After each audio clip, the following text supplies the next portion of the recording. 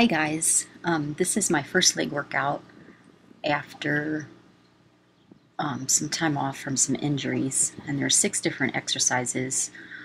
All of them have 8 reps except for the one, and you want to make sure that you warm up first for about 5 to 10 minutes before you start. And this is round 1. These are the body weight squats, 8 reps, and I hadn't worked out in a while.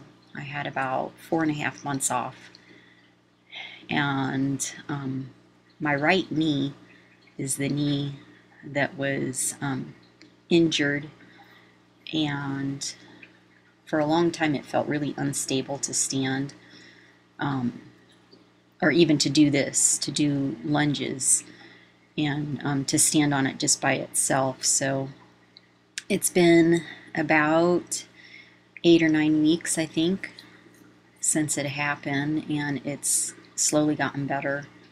And I could not do lunges at first. The squats didn't bother me so much because my knee didn't hurt. It just felt really unstable to step, that one leg by itself. So I'm holding a hammer here, and you can use a lightweight if you want to. You can even use weights on the other exercises too if you want to. I didn't want to, just because it had been so long since I worked out. I knew I was gonna probably feel it, and I did. I felt my legs for about 2 days. It wasn't like crippling, but it was enough to last 2 days, and I felt everything. I felt my quads, but mostly my hamstrings and my glutes, which I was kind of surprised just holding a hammer that I would feel my hamstrings. But I was really focusing on the squeeze. And these here, when you use something that's higher, the higher it is, it kind of takes away from the quad a little bit, but you really get a good hip flexor stretch. So I was really focusing on going slow and just really getting that stretch in my hip flexors. And this was really good using the shaving bag, because to step up on it, it wasn't really a real stable surface. It was a little unstable because it would kind of mash in a little bit, and my knee felt really good. It didn't bother me at all, so I was happy with that too. And this is the end of round 1. You can rest, catch your breath, stretch if you want to, take as much time as you need to. And I wasn't really getting out of breath or winded with these because I wasn't pushing super hard. I was just trying to be really, really focused. Like here, I'm just really focusing on my form and feeling my legs lower myself down and push myself up. And as we get to the end of the video, on the 5th round, I kind of explained some common mistakes with, I think it was the squats and the stiff-legged deadlifts.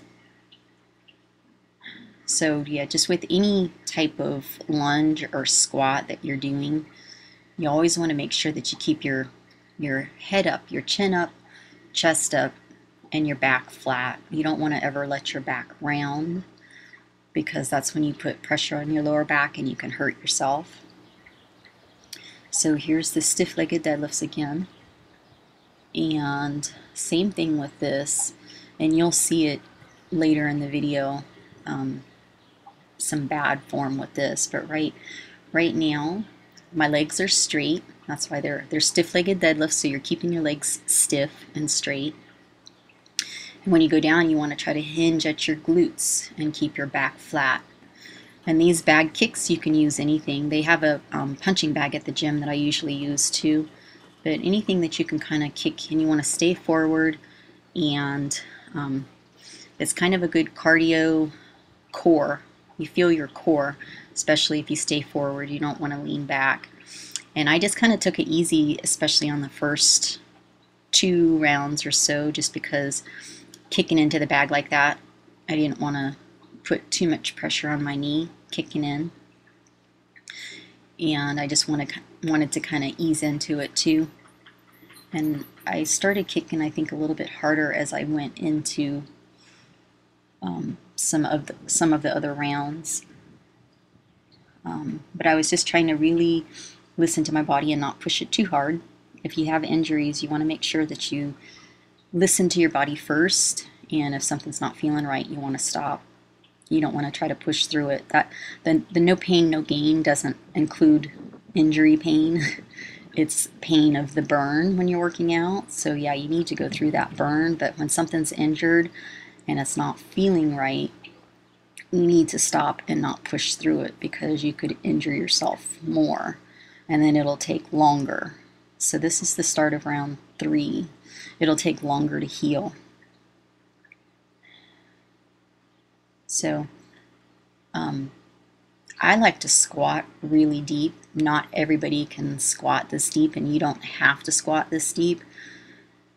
The deeper that you squat, though, and go past parallel, you're going to bring in more of your glutes and your hamstrings, but you have to make sure that your back stays flat and arched up. It can't round, and I'll show you that common mistake in round 5.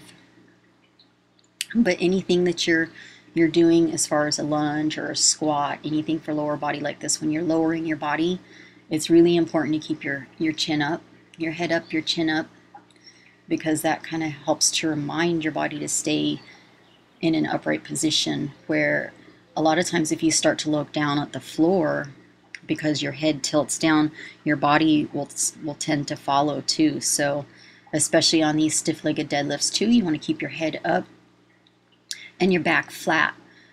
And the goal isn't to try to reach the ground. The goal is to get the stretch in your glutes and your hamstrings, and get the contraction in your glutes when you come to the top. So you're kind of pushing your hips forward to get that contraction. And here's the bag kicks now. I was going, I think, a little bit faster here.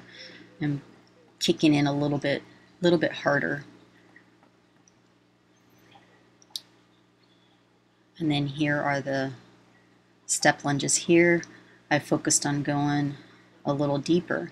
And with these, if you stand farther back, you'll get even more of a stretch in your hip flexor.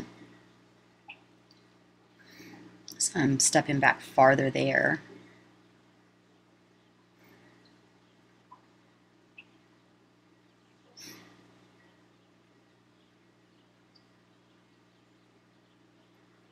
And here's the step ups.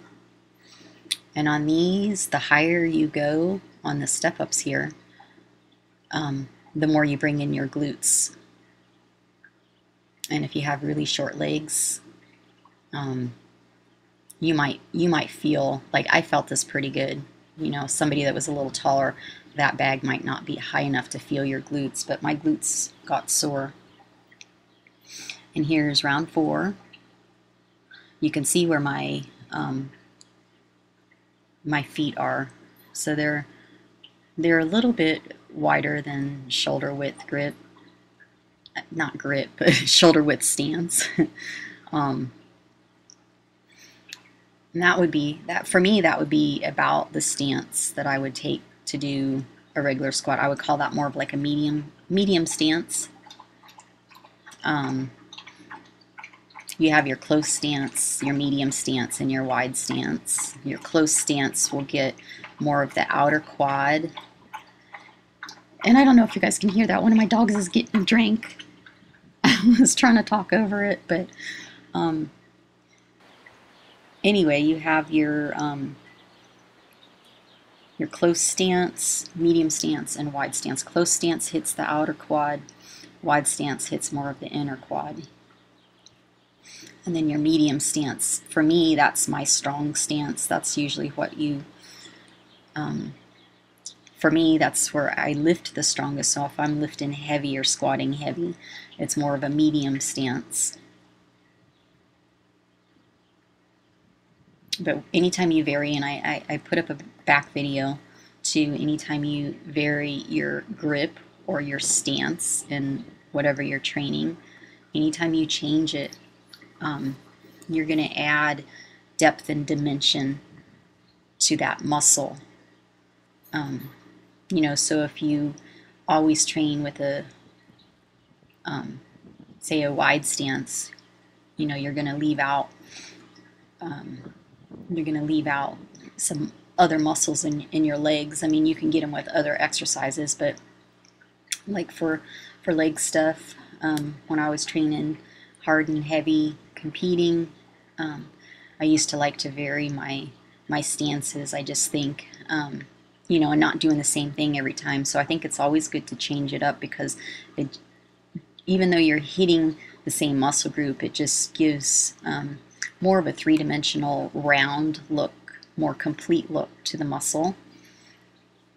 So like if I was doing squats, I might do a medium stance squat, and then maybe a close stance hack squat, and then maybe a wide stance leg press, and then just kind of mix it up. So they're all for your legs, those 3 exercises, but I vary my stance in each one. And the next time you might start with a medium stance leg press.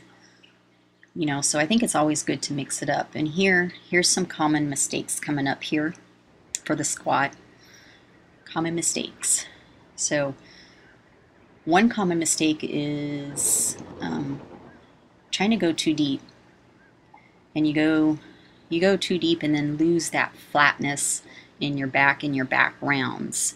So yeah, your butt's getting lower to the ground, but you're not staying arched up.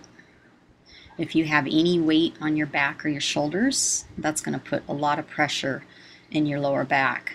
So you really want to focus on getting as deep as you can, but keeping your back flat like this, keeping your chin up. You know, when I do a lot of body weight things, I do use my hands like that, and it just keeps my head up. So I'm sinking my butt there, but I had my back flat. So as long as you can keep your back flat and arched up, you can go as deep as you want to. It's just when you go and you try to go deep and you force it too much and you lose that flatness and your back rounds out, especially with weight on your back, that's just really going to put a lot of pressure on your lower back. So you want to watch that. Everything with legs is staying arched up. And the common mistakes for this is coming up too. Common mistakes for this is kind of a similar thing. Right here you'll see I'm lowering the hammer down, and I'm moving more from my back, my lower back, than my glutes. So that's what I was thinking of when I was doing this, to show you what a lot of people do. They just lower the weight. They're going through a motion to lower the weight, and a lot of times you shift it to your lower back instead of feeling your glutes. Yeah, you can get down deeper that way, but the goal isn't to get down deeper. The goal, see, I'm rotating. I can reach the ground closer. I'm rotating from my back. But if you keep your chin up and your back stays flat, I can only go about there. And then I feel the tightness in my hamstrings and glutes. I feel the stretch. And now I'm rotating from my glutes. You can see the rotation part is my glutes right there.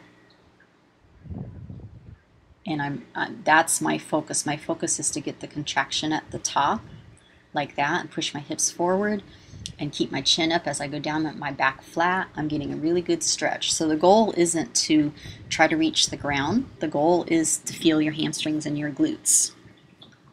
So when you stay arched up like that, you're going to feel a stretch in your hamstrings and glutes a lot faster than if you let your back round and touch the ground. You can obviously go down farther that way, but that's not the goal. And here, I'm standing back a little bit farther. I'm really getting a stretch in my hip flexors. And here you want to try to stay up to any leg thing that you do. It's really important. Keep your chin up, head up, back flat. Stay upright, stay straight so you don't put pressure on your lower back. So if you feel your lower back when you do legs, it could be because of that. Just pay attention to that. Here, I'm going a little bit faster because my knee was feeling pretty good. So to make this more intense, you can speed it up a little bit. Or you can use weights. And I did pretty good. My knee didn't bother me. and just going around seeing my boys. This is Mouse. He's actually the one that I had both accidents with. I said a couple horses, but did you see that tongue? He was my little stinker. He ran over me the first time out in the pasture, which he didn't do it on purpose. It was a mistake. When I turned to see him coming, we both kind of like moved the same direction. I moved to get out of his way, and he moved to not run over me, and we went the same way, and by that time it was too late, and he hit me right in the kidney area. And I peed blood for that night, just a little bit, not bad, but yeah, he hit me really hard. And I went under his legs. I tumbled under his legs and got a few scrapes, and my hip was hurt the next day. And anyway, just a weird accident. And yeah, and he was the second accident too. And right here, I'm stretching afterwards, so you can stretch in between rounds if you want to, or you can wait and stretch to the end. I didn't really get super pumped or tight, so I just waited till the end. And here I'm standing away from the bag, and when I stretched my right leg, I stood up against the bag. I propped my leg up against the bag at first just to make sure it was going to be stable, and right here I'm shifting to standing on it and just paying attention to my balance. I can still tell it's still probably not all the way done, but at least I can do that now, and I just have to really focus and pay attention. And so that was a good quad stretch, and this is a good hamstring stretch. And you know, you don't want to, when you stretch too, you don't want to force it too far to where it's making you hold your breath. You want to go just to the point to where you feel the tightness, and go to that point so you can still breathe. And if you breathe into the muscle that you're stretching, you'll feel it loosen up, and then you can push it down a little bit farther. So you want to ease into your stretching. I see some people stretch sometimes and they really try to force it, and when you force it, it makes you hold your breath, and when you're holding your breath and not breathing, the muscle stays tight and it doesn't loosen up. So you want to make sure you ease into it. And this is my last stretch here, and I felt really good, and I did get sore, like I said, for 2 days. Here you can see this was flooded 2 days in a row, and it actually soaked into the ground, but some of the horse pens still have a lot of water in them. But anyway, that's why they're all achy looking. Anyway, I hope you like this. Give it a thumbs up if you do, and I'll see you guys next time. Bye.